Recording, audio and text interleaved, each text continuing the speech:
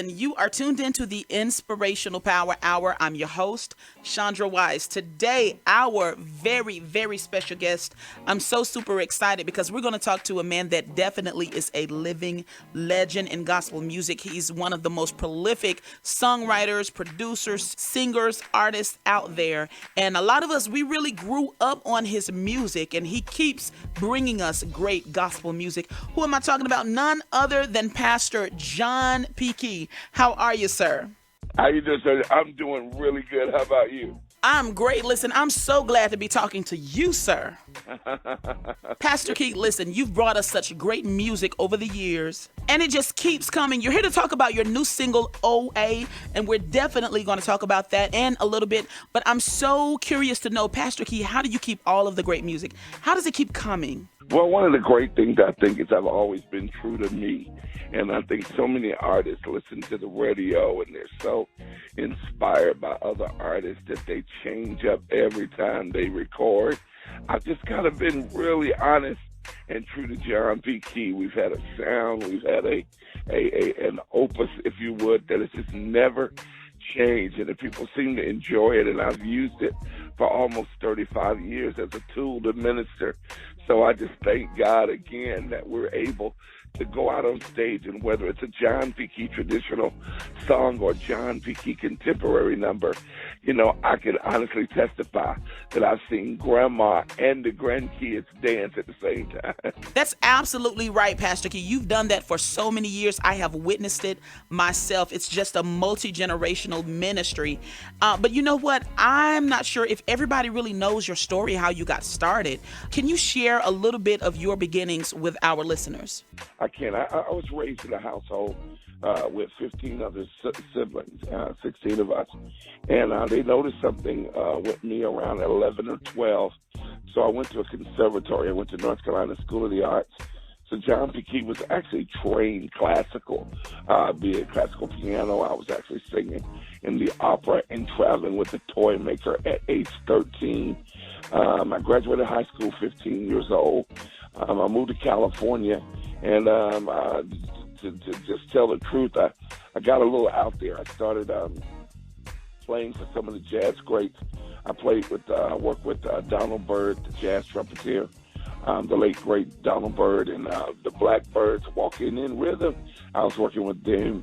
I was Phyllis Hyman's music director for a few years, and I even had a little stint with Cameo coming back towards the East Coast. And when I moved to Charlotte, around 17 or 18, I started working with GM Productions, where I was the music director for Miss Black Universe pageants all over the country. It was around that time that I got involved with a lot of illegal activity. I was working out of a little store, and I was selling drugs in the area of Double Oaks in Charlotte, North Carolina. And it's my true testimony that a buddy of mine was killed on the street, and it just changed my life. I asked the Lord if he would just get me home that night. I'd surrender. And Grandma always said, in time of trouble, call on the name of Jesus. And I did that. And God didn't just save me. He literally put me on a new path that would ultimately not only change my life, but I was able to speak out of that deliverance to the multitude and to the people of God. So to date, I'm back in that same neighborhood. Who does this? Save you, put you back in the same neighborhood where I have 53 acres in the heart of the city. And now I minister to the very people that I poisoned for years.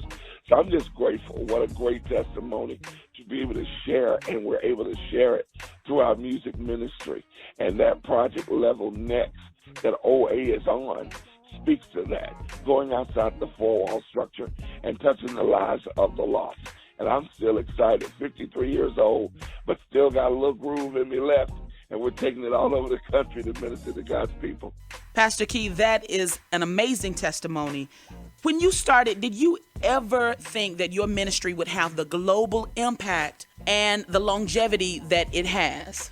Not at all, because when I started out, I didn't want to be a singer. I always just wanted to be a writer. You hear me singing in the mid-'80s on those Hallmark commercials.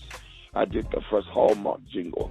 And still, that didn't kick me into singing or make me think I would be an artist. I always wanted to be a writer. Met Derek Coley, and I began to write for him, which opened doors with the Hawkins family, which opened doors through James Cleveland, Vanessa Bell Armstrong, Thomas Whitfield. Some of the early ones I was writing, all of the Mass choirs, Mississippi Mass, Florida Mass. I was writing for these groups for years, and then God just, I guess it was my turn or my time, and whenever He opened that door, it just didn't stop. So to date, after 43, 44 projects, after ministering all over the world with gospel music, it still blows my mind. So that was not a dumb question. That's an amazing question, because I never thought that God would use that little kid that was crazy as a baby sitting on top of the doghouse with the dog, saying one day we're going to get out of these woods. I never knew how far He would take it. And Pastor Kee, do you realize that you raised most of us on your music? You raised us on your music. Seriously, you know, it was always such a strong foundation, musically, spiritually, lyrically, something that singers, musicians, that we all could catch on to. And from the beginning, you've always been ahead of your time. Was that ever difficult, kind of thinking outside of the box and pushing boundaries? It's funny you said that. Last night we were in the studio, and I was teasing these little kids. They were talking about some little young guys about how they were getting ready to do a track, and they wanted to do a track, a very contemporary track, and they were calling it trap music. I took them back 20 years ago and let them hear What's the Verdict on the Not Guilty CD, and they were blown away. So it's almost like we tapped into something early, and even when we were tapping in, it wasn't really accepted in the marketplace.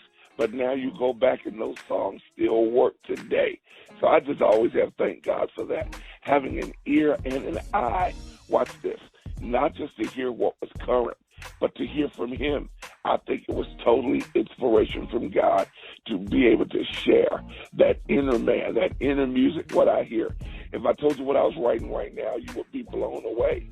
I read a story yesterday about a kid. I'm a pastor, I'm a father.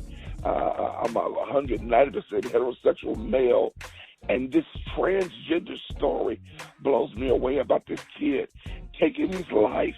And I'm like, where are the believers? We're so busy judging.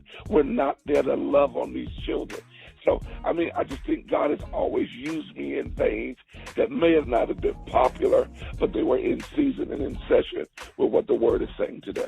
All right, guys, listen, we are going to be back with more of Pastor John P. Kee later on in the show, so you got to make sure that you stick around. We reached out to some of you for your questions, so we're going to get your questions answered by Pastor John P. Kee, so you got to make sure